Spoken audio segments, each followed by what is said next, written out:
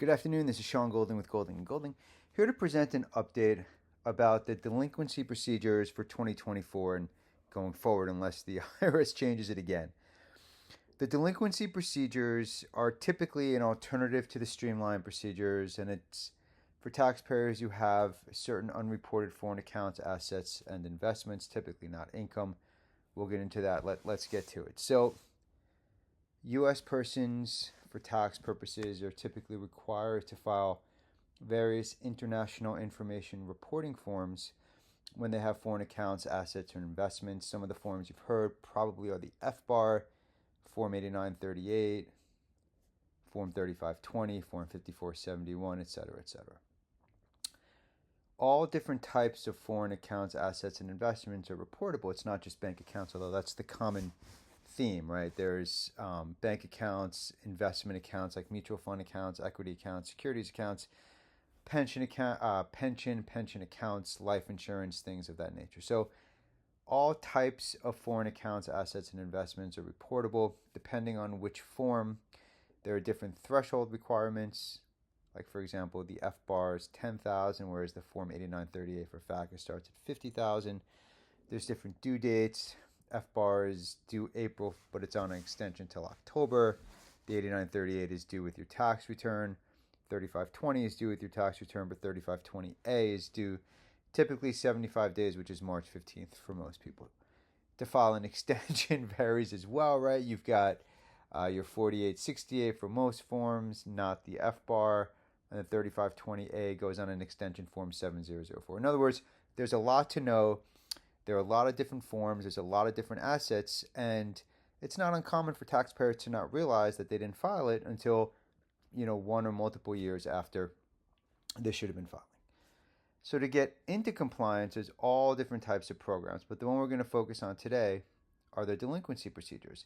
And there's two main types of delinquency procedures depending on the specific facts. And so there's something called the delinquent FBAR submission procedures, and then there's something called the Delinquent International Information Return Submission Procedures. For either one of these submission procedures, the concept is that there's no unreported income. Taxpayer doesn't have to modify their tax return resulting in a tax change. Rather, there's missed forms, international reporting forms. The delinquent FBAR still, although it could be changed at any time, right? It's not statutory, it's just a gimme that the IRS provides. But with delinquent FBAR, there's no penalty. If the only form you have to file is the FBAR and you don't have it filed, there's no unreported income, you could typically do the delinquency procedures for FBAR and there's no penalty. The same rules don't apply to the delinquent international information return submission procedure. So we're just going to call it delinquent FBAR or the delinquency procedures, right? For delinquency procedures, there used to be a penalty waiver the same as there is for delinquent FBAR. In November of 2020, the IRS changed it right around COVID and said, hey, there is no longer an automatic penalty waiver. We reserve the right and we may penalize you for not filing the forms even if you have no unreported income. Now, that doesn't mean that you will be penalized. Oftentimes you can still get the penalty waived or avoided or abated, but they don't guarantee the penalty waiver the same way that they used to. So a few things to know about the delinquency procedures. First, there's no form.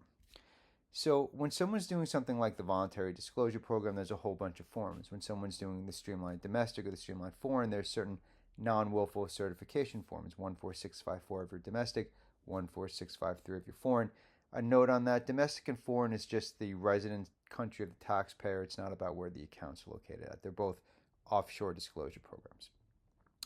But for delinquency procedures, there's no specific form, so that's why it's important that you work with a board-certified specialist. You got to be careful of attorneys out there claiming to be experts or non-attorneys trying to give advice. Just things to consider, right?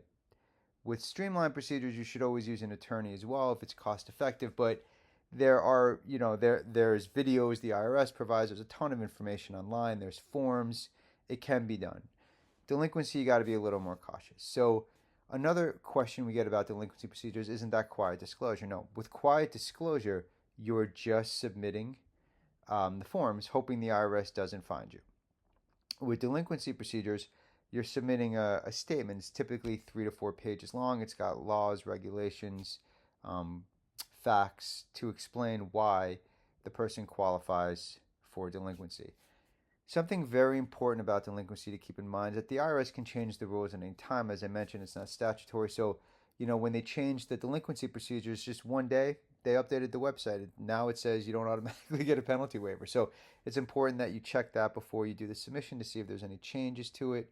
One final note is for taxpayers who qualify for the streamlined foreign offshore procedures and they're considering delinquency, that's a very important consideration to compare those two, because with delinquency procedures there's no penalty if it's delinquent FBAR, but if it's delinquency procedures, let me clarify that. Delinquent FBAR, no penalty currently. Delinquency procedures, which means more than just FBAR, the IRS can penalize you. Streamlined foreign, no penalty. So for taxpayers who may qualify for streamlined foreign, while delinquency may seem easier, at the end of the day with streamlined foreign, it's a certification program. You sign a statement under penalty of perjury, and the way the program, at least in its current iteration, is that there's no penalties. Now, there's some thought about whether you can do streamlined foreign if you don't have unreported income. Looking at the way the instructions are written, it's a little ambiguous, but typically taxpayers with no unreported income can still do streamlined just fine. For taxpayers who are out of compliance, we have a ton of free information available on our main website and our sub-websites. You can always reach out and schedule a reduced fee initial consultation if it's appropriate to your matter, and it's something that we handle here. Again, my name is Sean Golding with Golding & Golding. Thank you for your time. Enjoy the rest of your day.